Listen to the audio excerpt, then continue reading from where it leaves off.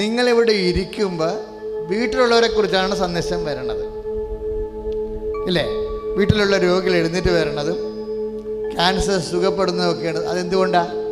നിങ്ങളിവിടെ ഇരുന്ന് പ്രാർത്ഥിക്കുമ്പോൾ കർത്താവ് ഇവിടെ ഇരുന്ന് വിചാരിക്കും.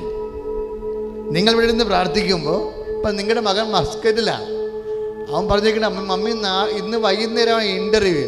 അപ്പം മമ്മി പറയും, നീ വിഷമിക്കാതിരിക്കുക, ഞാൻ കൃപാസനത്തോടെ പോവുകയാണെന്ന് പറയും. ഞാൻ കർത്താവിന് മുമ്പിൽ ഉണ്ടാവും. അത് നിൻ്റെ മകനെക്കുറിച്ച് നിൻ്റെ മകൾ നിന്നോട് വേവലാതിയും കണ്ണീരും പറയുമ്പോഴേ നിനക്കെന്താണ് ഉറപ്പുള്ളത്? അനേകായിരങ്ങളുടെ സാക്ഷ്യമാണ് നമ്മുടെ ഉറപ്പ്.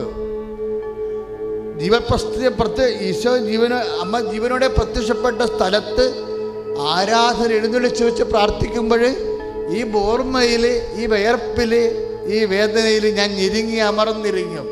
ഇരുന്ന് ഞാൻ വിശ്വാസം പ്രഖ്യാപിക്കും.